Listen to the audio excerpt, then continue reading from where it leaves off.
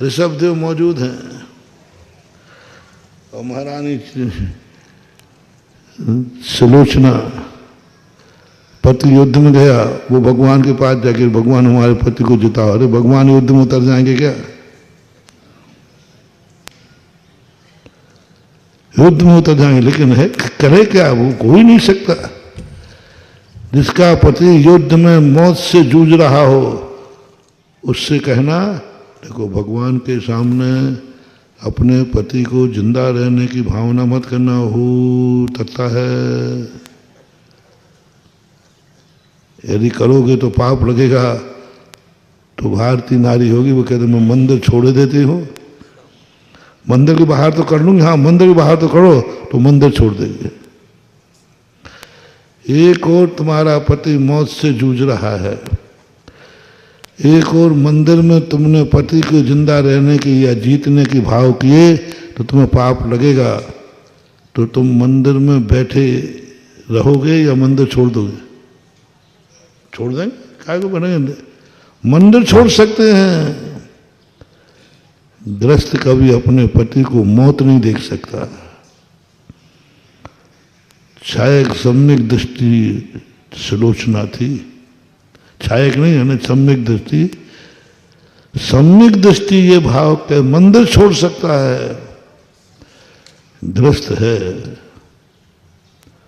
वो ठीक है। मंदिर में पाप लगता है तो हम मंदिर के बाहर याद करेंगे। जिस मंदिर में मेरे पति को बचने की भावना करने की इच्छा होगी हम वहां चले जाएंगे। मरता क्या नहीं करता। और उस समय कोई कहे कि भाई इधर आ जाओ, हमारे मंदिर में आप पति को जिंदा रहने की, युद्ध में जीतने की इच्छा कर सकते हो, यहाँ कोई पाप नहीं लगता, तो सम्यक दृष्टि भी चला जाएगा।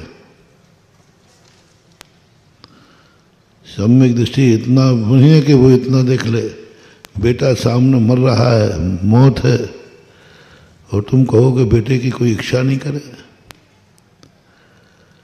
ये सारे के सारे इतना वितंडावाद खड़ा कर दिया।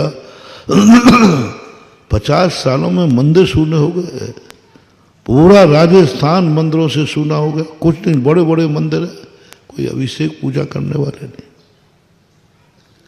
पूरे राजस्थान को जब मैं यहाँ से प्रवेश किया, सुबह मंदिरों में देखो तो एक दो जो वृद्ध लोग रहते थे वो पूजा करते मिलते थे। कुछ कंजाइश थे, बेचते पूजा नहीं करते थे कि ये तो व्यवहार है, ये तो व्यवहार की क्रिया है। एक हवाएं और चल गई। थोड़े बहुत व्यवहारी पूजा करते तो उनको हवा चला दी। मंदिर में संसार की भावना नहीं, मंदिर में कुछ नहीं मांगना है, मंदिर भगवान बनने के लिए। सो मंदिर से लोग भाग गए। बुंदेलखंड भी इसमें ही है, लेकिन राजस्थान तो पूरा थ्रू आउट एकदम, जितने जहां जहां गए, बड़ी बड़ी समाजें मंदिरों की हैं कॉलोनियों में, लेकिन पूजा करने वाले नगन, मंदिरों में दर्शन करने वाले नगन। मंदिर हैं लेकिन दर्शन करने वाले नहीं। और दूसरे मंदिरों में देखो क्या भीड़ लगी है, मिथ्यात्व का बोला वाला। वही मंदिर में अरहंत भगवान खाली बैठे हैं और बाजू में खेतपाल बब्बा के यहाँ लगी है भीड़, लाइन लगा करके जम के, क्योंकि वहाँ संसार की बात मांगने में पाप नहीं है। तो वो पहुँच गए, वहाँ पहुँच गए। महाराज पंडित इनके, हाँ इनके सामने तो करो, कुछ भी करो, भगवान के सामने मत करना। ऐसे ऐसे भगवान देखे मैंने कि उनके सामने एक बादाम भी चढ़ी नहीं मिलती, और यहाँ मिठाइयों के थाल दीपक ऐसा चढ़ते थे। ऐसे लोग मानते थे उनको। मैं देख के दंग रह गया। मैंने कहा ये हो क्या गया। 2 कारण मैंने खोजे हैं जो बहुत बड़ा उपसर्ग आया था।